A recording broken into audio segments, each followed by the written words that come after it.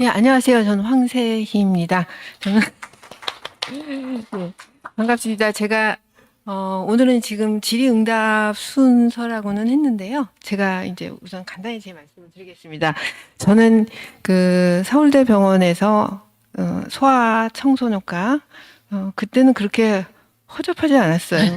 그래도 뭐 괜찮은 과로 해서 정말 죽을 힘을 다해서 열심히 일했고요. 그때 이제 서울대 어린이병원이 처음으로 세워지면서 저는 한 1년에 일주일에 120시간, 우리 140시간 일했다면 안 믿으시겠죠? 그러니까 삶이 없는 겁니다. 그런데 이제 필수과를 했기 때문에 그런 거고, 제가 똑같이 해도 정신과는 8일에 한 번씩 당직을 하는데 병동하고 응급실을 다 커버할 수 있어요. 저희는 1년 차건 2년 차건 15명이었는데 전원이 월화수목금토를 일했고요. 토요일에 딱 하루 반나절씩 나갔습니다. 그렇게 정말 죽을 만큼 일을 했고, 저는 또 왜 그랬는지 제 인생 최고의 실수라고 생각하는데, 펠로우도 하고 또 2년씩이나 그것도 하고 박사 학위를 그냥 했으면 되는데 또 조교도 하고 이런 온갖 걸 다 거친 다음에 1994년에 저는 완전히 의료계를 떠나야 되겠다 생각했어요. 왜냐하면 사람이 왜 그러잖아요. 대강하면 아쉬움이 남는데 정말 열심히 했어요. 환자를 볼 때도 가끔 떠나면 너무 의료 사고 쳤니? 이런 얘기도 하셨는데 전혀 아닙니다. 저는 이 공부를 잘하거나 연구를 열심히 하는 스타일이 아니라 촉으로 환자를 보는 스타일이기 때문에 그리고 기도를 항상 했어요. 제가 그때는 그 종교가 대단히 없었기 때문에 항상 하느님, 부처님, 예수님, 마호메드님 이렇게 기도를 했어요. 왜냐하면 연대순으로 한 거예요. 제가 뭐 특정 종교가 아니라 하느님이 태초에 계셨고 부처님이 지구촌에 나왔고 그 다음에 예수님이 600년 있다 나왔고 그래서 이 기도는 저를 위해서 하는 기도가 아닙니다.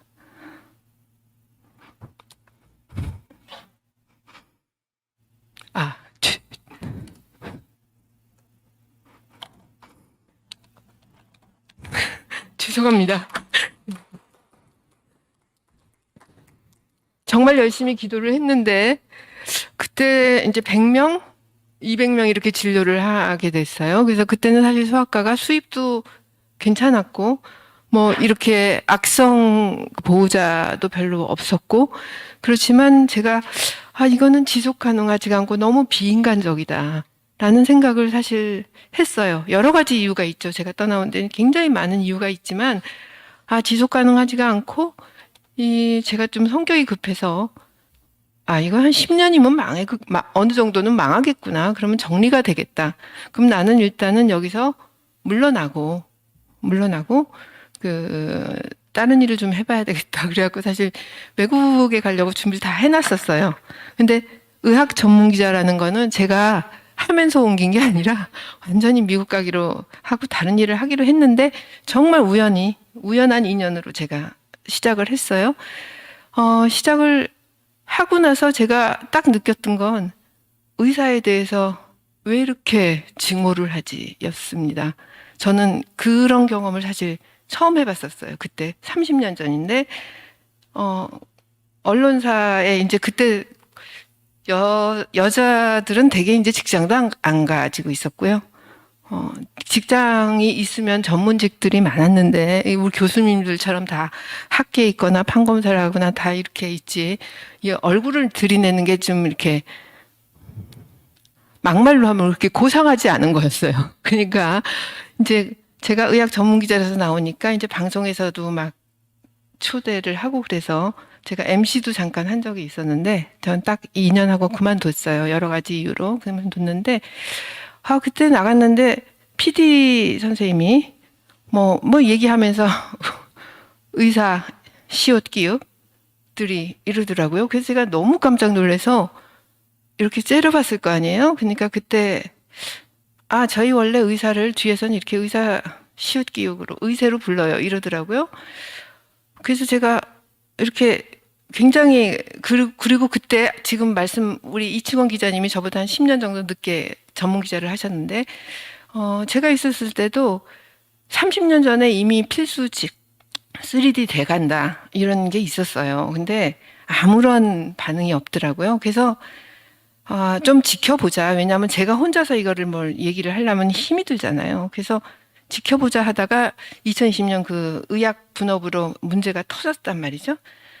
터져서 이제 제가 그때 처음으로 이제 칼럼을 쓰면서 여러 가지 문제가 있었고 논설위원님들이 글을 쓰라고 그래서 뭐 여러 가지 각설하고 제가 간단하게 말씀드릴게요. 간단하게 미국은 그 영리병원이고 다 돈도 내는 거고 비싸고 퀄리티는 좋지만 의료 보장성이 약하다. 근데 유럽은 A부터 Z까지 국가가 다 해주잖아요. 뭐 한 의사 되는데 1년에 한 200유로 그 정도입니다. 다 공짜로 해주고 다 거의 공무원이다. 그런데 우리나라는 전부 부모가 어릴 때부터 공부하고 의사가 자기 노력을 해서 시스템은 딱 미국 시스템으로 교육을 받고 전문가들도 전부 미국에서 공부를 해갖고 오는데 이 의료 제도만 내셔널 헬스케어로 이렇게 했잖아요. 그래서 여기에 대해서 이게 디스크레펀시가 너무 세기 때문에 이건 지속 가능하지 않다. 지금 계속 얘기 듣는 지속 가능하지 않다. 붕괴될 것이다. 이 얘기를 이제 제가 썼고 그 많은 논설위원들이 굉장히 다 공감을 했어요. 근데 전혀 반영이 되지는 않는 거죠. 그냥 의사는 나쁜 사람이고 그 큰 계기가 된 게 있습니다. 그 계기가 된 게 우리가 IMF 사태를 겪으면서 의사에 대한 선호도가 높아졌어요. 이게 의사가 돈을 많이 벌어서가 아니라 면허증을 갖고 최저임금이 보장되는 거라는 인식이 강했고 그때 HR 디렉터들이 전부 각 과학자, 연구소의 과학자들을 다 해임을 했어요. 왜냐하면 그들은 자기들은 문과 출신인들이니까. 그러면서 아주 빠르게 이제 의대 블랙홀이 서서히 진행이 됐습니다. 예, 이런 상황에서 제가 슬라이드 금방 말씀드릴게요. 그 또 한 번 타격이 온 게, 2010, 그리고 제가 10년을 더 하고 공공기관을 갔어요. 국립중앙의료원에 검진센터장 겸, 뭐, 연구소 실장 겸 소아과 환자를 잠깐 보면서 제가 12년간의 공공의료기관 경험은 예, 많은 거를 알려줬어요. 제가 50세까지는 참 세금 내는 게 아까웠는데 내가 12년 동안 보상받았구나 이런 생각을 합니다. 그러고 나서 세브란스에 제가 왔어요. 그러니까 이 성전이잖아요. 여기는 거의 막 기도하고 막 이런. 그래서 참 영광스럽다 이랬는데 시간이 지나면 불편해요. 제가 교수님들을 보면 저렇게 힘들게 살 수가 있을까? 요새가 어떤 세상인데. 저는 이제 딴 세상을 많이 보고 왔잖아요. 그러니까,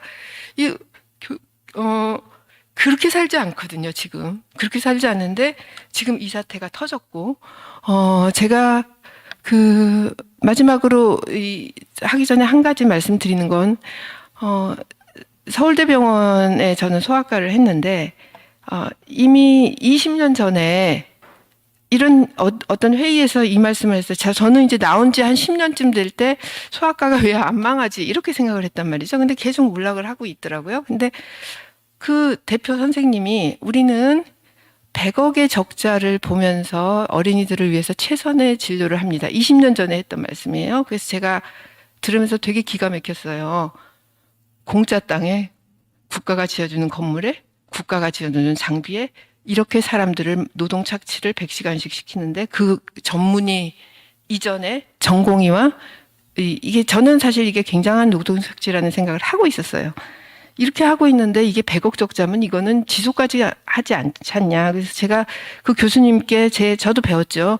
선생님 이거는 서울대병원이 남한 어린이 다 진료할 겁니까? 선생님들 나가서 현장에 이렇게 망해가고 있는데 이런 제자를 왜 키웁니까? 그랬더니 두 가지 답이 왔어요. 교수가 뭐 그걸 어떻게 해?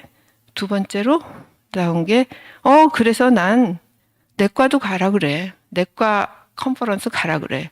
그래서 저는 사실 그때 되게 무책임하다는 생각을 했어요. 그러니까 그들이 거기서 나와서 현장에 투입됐을 때 느끼는 그 박탈감도 심하고 참고로 저희 동기 여선생님들이 4명 있었는데 한 명은 저고 30년 전에 떠났고 이미 제가 그 말씀드릴 때 3명은 다 현장에서 떠났어요. 그냥 아예 정신과 질환이 생겨서 우울증이 생겨서, 한 명은 암에 걸려서 떠났고, 한 명은 저희 때 전공이 전국 수속했는데 그냥 전업주부 합니다. 그럼 이거는 문제인 거잖아요. 그리고 굉장히 많이 그만두는데, 그래서 제가, 근데 작년에 윤석열 대통령이 소아과 문제를 해결하려고 서울대 어린이병원에 가셨어요. 그래서 물 건너갔구나. 대한민국에서 한 군데 안 망하면 서울대 병원은, 어린이병원 안 망할 겁니다. 왜냐하면 국가가 대주니까. 작년에 서울대 어린이병원장이 200억 적자라 그랬어요. 연간. 거기에 가서 열심히 진료하겠습니다. 근데 이제 저는 욕을 먹었죠. 왜냐하면 제가 선생님들 월급 꼬박꼬박 들어오시니까 그런 말씀 하시지, 하실 수 있습니까? 뭐 그렇게 한 제 그 역사가 있고요. 그 다음에 제가 세브란스에 와서 너무 감동을 하고 너무 기쁘고, 그런데 1년을 관찰하면서 제가 글을 4편을 썼어요. 첫 번째 쓴 글이, 이거는 불합리하다 해서 전공이 의사노예 란 단어를 쓰면서 처음으로 썼어요. 플라톤의 법률에 있더라고요. 기원전 500년 전에 의사노예와 일반 노예가 있어요. 거기에서 이 전공의 시스템 80시간 노동 사실은 더 하죠. 가능하지 않다. 그리고 이게 사실은 의사 문제가, 이게 필수 의료과와 다른 과의 문제지 전체적인 의사 문제는 아니에요. 필수 진료과만의 문제인데, 그랬는데 제가 그걸 저희 단톡방에 올렸더니 그 유수한 명의로 알려진 그 교수님들이, 저희 동기들이 물정을 몰라서 그래, 지금도 일이 안 돌아가, 지금 우리 후진국인데 말이 돼. 그래서 제가 그때 크게 느꼈어요. 세대 차이. 그리고 의사 선생님들이 똑같죠. 유명하신 선생님들 다, 여기 계신 교수님도 너무너무 열심히 일을 하시기 때문에 자기 분야는 아시는데 이 세상이 30년 동안 경천동지한 거를 모르시는 거죠. 그러면서 이제 계속 그 일이 진행됐던 거고요. 저는 굉장히 어둡게 봅니다. 의사수 일단 보면요. 인구 변동 추이를 보면 여기 밑에 써 있습니다. 1985년부터 30년간 인구가 37.6% 증가했는데 의사수가 438.5% 증가했어요. 그리고 의사수 증가 속도가 인구 증가 속도의 11.7배입니다. 그리고 이거는 OECD에서 가장 빠르게 증가하고 있고요. 저는 이 피라미드를 보면 가슴이 턱 막혀요. 이게 1960년이죠. 이게 60년, 70년 이렇게 됩니다. 제가 이 피라미드에 주의하는 건 지금 386세대라고, 86세대라고 부르는 이 대한민국의 정권을 가지고 실력을 가지고 각종 권력을 가지고 있는 분들이 저 시대에 태어난 분들이에요. 근데 얼마나 무섭습니까? 왜 무서운가요?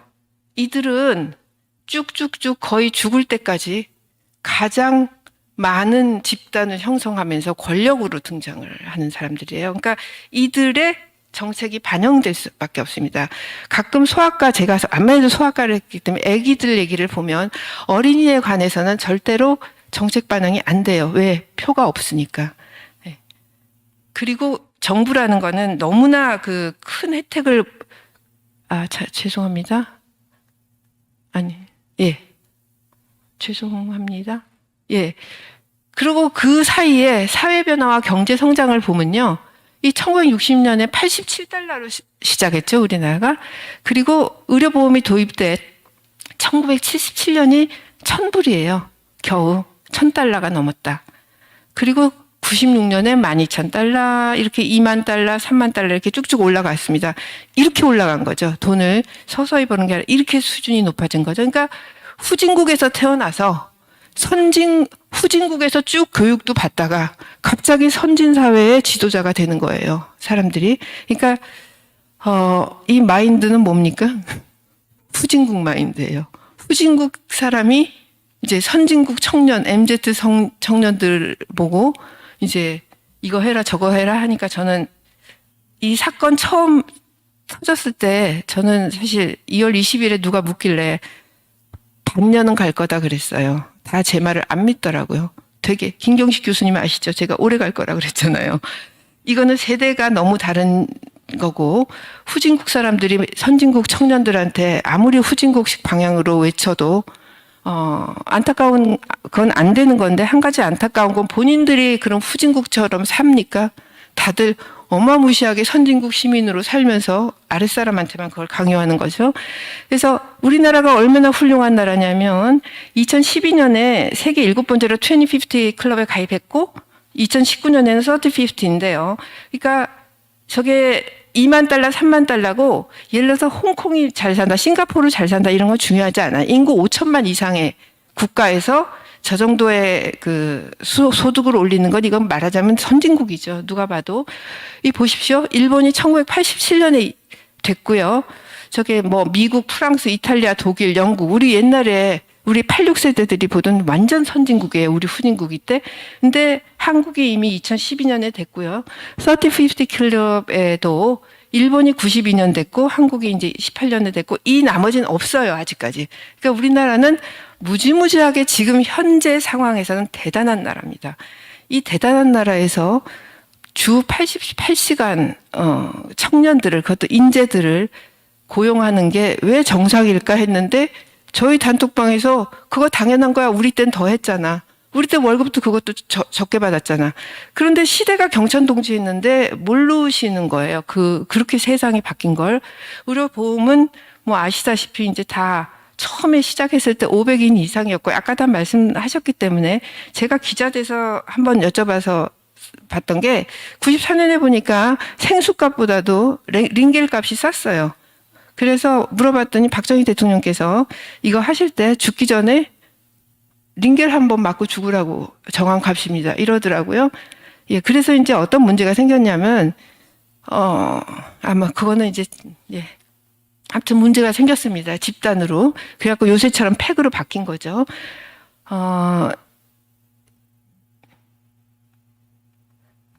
이게 안 넘어가네요.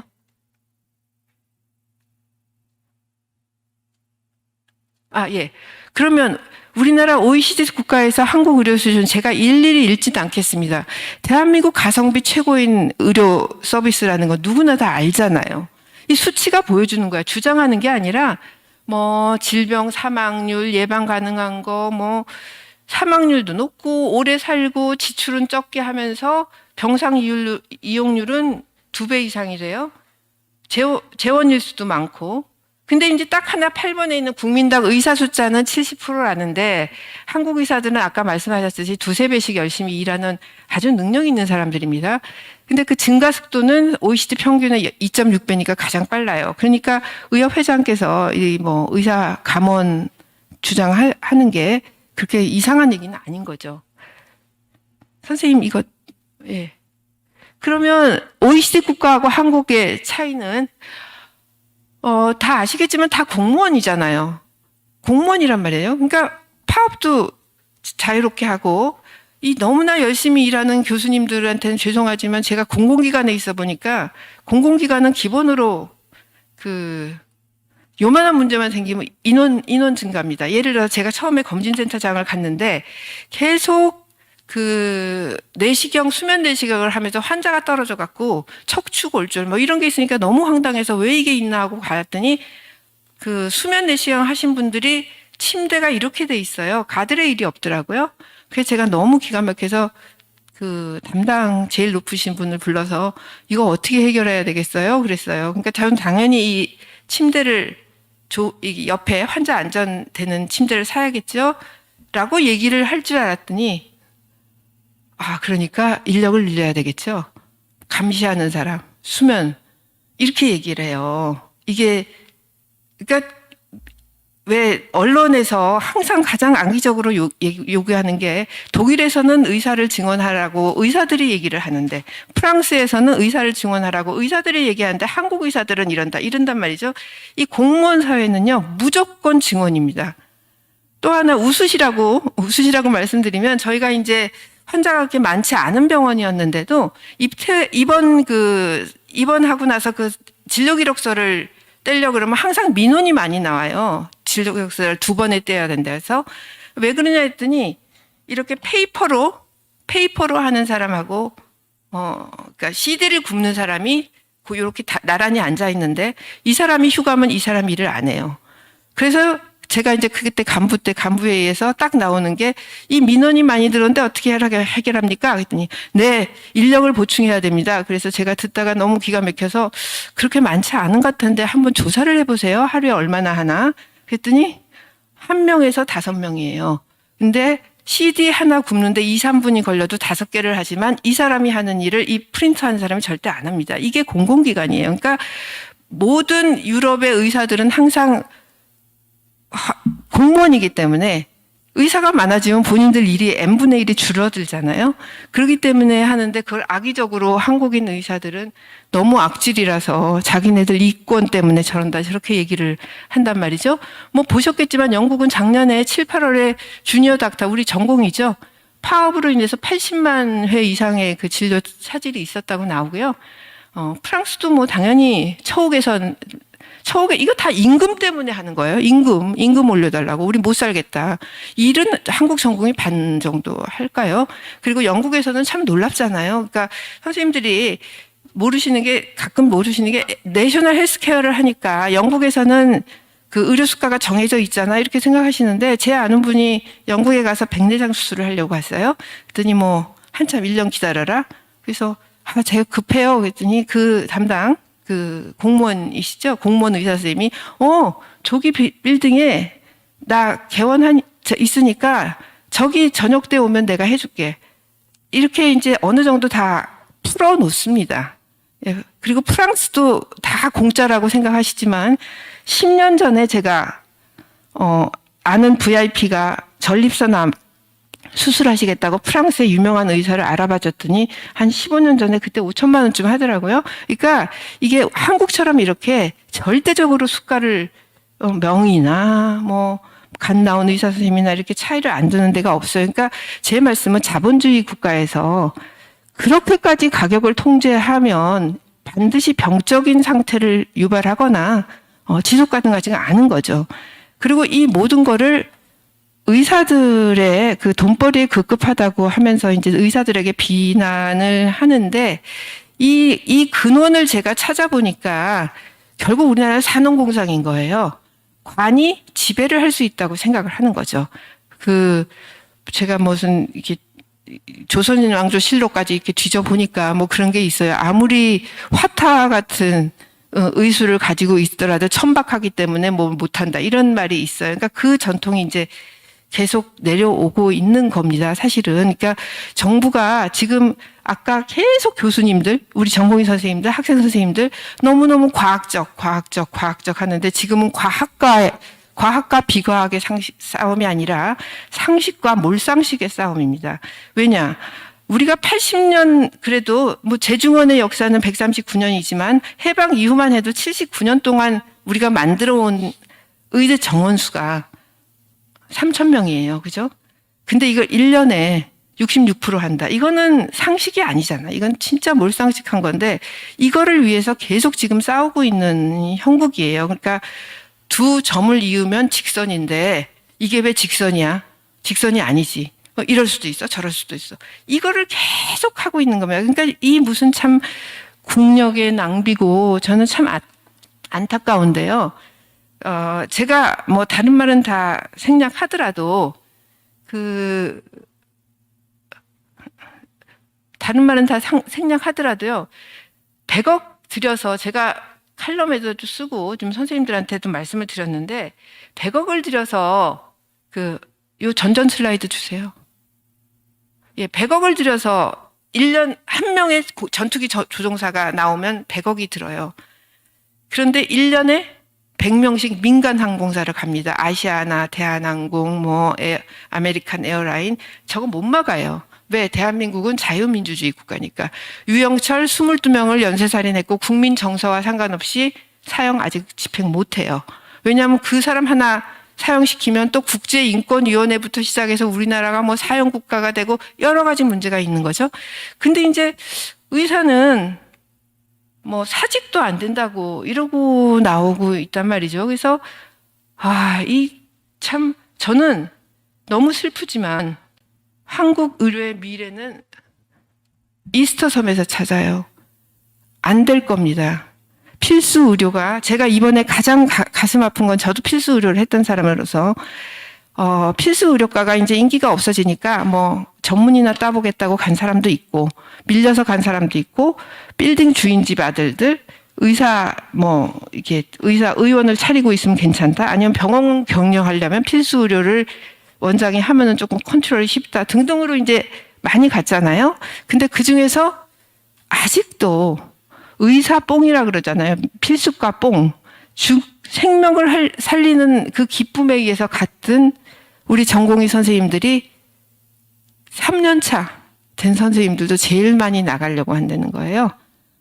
다 돌아오지 않겠어? 좋아지면. 그랬더니 진짜 필수과 뽕 맞은 선생님들은 안 돌아온답니다. 이렇게 나오는 거예요. 그래서 저는 한국에 어떤 식으로 해결될지 모르겠는데 연착륙할 거를 경착륙했고요. 그 결과는 모르겠어요. 왜냐하면 지금 이제 미국 시장이 너무 좋아지고 있단 말이에요. 저희 선배들 의사 선생님들 다 50-60%가 옛날에 다 미국 갔죠. 미국 갔다가 75년 이후로 안 가다가 조금씩 갔죠. 그러다가 지금부터 막 가기 시작하는데 2022년에 우크라이나 전쟁이 터지니까 외국에서 우크라이나로 30만이 오고 푸틴을 지지한 사람이 70-80%가 돼요. 전쟁도 지지하고. 그러면 뭐합니까? 35세 미만 130만 명의 인재가 나갔어요. 이공계. 나갔습니다. 다. 그러니까 뭐 꼭 유럽만 간 건 아니고 이웃나라 터키도 가고. 그래서 인재들은 결국 유출됩니다. 그래서 저는 필수 의료를 할 인재들이 지금 한국에 남아있을까? 그리고 두 번째는 이제 계속 정부에서 이런 말씀 하시잖아요. 80%가 돌아온다. 뭐 몇 프로가 돌아온다. 제가 생각할 때 80%가 돌아오면 뭐예요? 비필수과, 마이너과 다 돌아오는데 필수과 전공의들이 안 돌아오면 어떡하냐 하는 거고요. 그 다음에 이거 사적인 얘기인데, 제가 작년에 이제 소아과를 했다니까 어떤 아주 새카만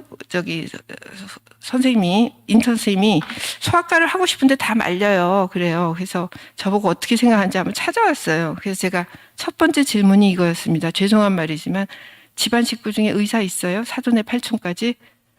왜요? 없죠. 네, 없습니다. 왜 물으세요? 아마 있으면 권하지 않았을 거예요. 두 번째로 제가 크리스찬이십니까? 그랬어요. 제가 왜요? 그래서 후진국에 봉사하러 가기에는 굉장히 소아과가 좋아요. 네, 그래서 크리스찬이세요? 했더니 아니래요. 그래서 그러면 교수 시켜준다고 하셨겠네요. 그랬더니 가만히 맞대요. 그래서 선생님, 교수 좋죠. 근데 지금 선생님이 보셨던 교수님들은 밑에 전공의 선생님들이 다 받쳐주고 있던 교수고, 선생님이 교수할 때는 65세까지 당직 써야 될 거예요. 그러니까 애기들이 좋아요. 그래서 선생님 소아과 의사하고 사실 유치원 보모하고는 조금 다르거든요. 업무가. 제가 그랬어요. 그리고 좋아하는 걸, 이거 제가 한 말이 아닙니다. 성우연들이 얘기했어요. 좋아하는 걸 직업으로 삼으면 굉장히 슬퍼지거나 화가 난다고 그래요. 그래서 선생님 그렇다는데, 제가 소아과를 전공했는데 이런 말씀밖에 못 드리고 있는데, 이번 사태가 빵 터지면서 저는 죄송합니다. 제가 질의응답을 해야 되는 시간인데 제가 제 말씀을 너무 드렸는데 저는 너무너무 가슴이 아파요. 제가 앞으로 절대 소아과를 하진 않겠지만 제 심정을 누가 묻길래 그랬어요. 내가 이민을 갔는데 고국이 망했어요. 슬프죠? 그쵸? 근데 소아과뿐 아니라 이제 다 망하게 생겼어요. 저는 지금이라도 혹시 여기 기자님 계시면 정말 이성을 가지고 우리 대통령께서 통 크게, 사람이 완벽합니까? 잘못했다. 잘못했다. 그리고 필수 의료가 부족한 거 아까 선생님들 다 말씀하셨잖아요. 제가 장성인 선생님하고도 작년에 1시간 동안 또 유튜브에서도 했어요. 자, 제가 한번 여쭤볼게요. 기자님 계시면 제가 여쭤볼게요. 형사 기소율이 100배, 200배 되는데 선생님 같으면 하시겠습니까? 네? 모르고 하지 이걸 알고 할 수가 있겠습니까? 산부인과 의사 선생님들의 출산 인해 소송비가 몇십억씩 받잖아요. 저는 12억 하면 12억 때리는 줄 알았더니 소송비 다 해서 37억 이렇게 나온다 그러더라고요. 그래서 자살률이 17배다 이런 얘기가 나온단 말이죠. 그리고 나이트에 언제든지 콜 받죠. 이번에도 그 필수과 레지던트 선생님들이 왜 안 들어오시냐 했더니 아니 평상시에 좀 그래도 편했던 과들 당직해도 주간도 없는 과 선생님들은 아무도 욕 안 먹고 밤새 환자 지켰던 과 선배 선생님들이 욕을 먹고 우리가 악마라고 하니 뭐 이걸 어떻게 하겠습니까? 그래서 저는 사실 이게 정말 잘 해결이 돼도 얼마나 우리나라 필수 의료, 이 화려한 필수 의료가 유지될지 모르겠고요. 그리고 마지막으로 저는 지금 이 상황에서도 진짜 이 병원을 지켜주시는 필수 진료과 모든 교수님들 다 훌륭하시지만 정말 환자 보시느라고 당직하시고 저는 전공의 특별법 때문에 2015년에 딱 3번 환자도 없는 국립의료원에서 당직을 해봤어요. 응급실을. 그리고 전 3일째 사표 냈습니다. 진짜로. 아 이거는 지속 가능하지 않다 나한테. 굉장히 열심히 받고 환자를 잘 봤어요 제가. CT도 안 찍고 그랬는데 나이 20대에 월화수목 금금금 하면서 이 120시간씩 했던 거 하고 50대에 그냥 한 번 깨면 잠도 안 오고 머리가 아프고 잠은 안 오는데 머리가 띵하고 이거 제가 딱 3번 하고 너무 죄송하지만 제가 원장님한테 그랬어요. 저는 사직합니다. 환자를 보면. 그래갖고 저는 그다음부터 환자를 진료를 완전히 손을 털고 검진센터하고 그 연구소 관리만 했거든요. 그래서 저는 여기 교수님들 계신데 너무 존경스러워요. 어떻게 아무리 하던 일이시지만 어떻게 그렇게 이 병원을 지켜주시는지 제가 진짜 눈물 나서 감사드립니다. 예. 뭐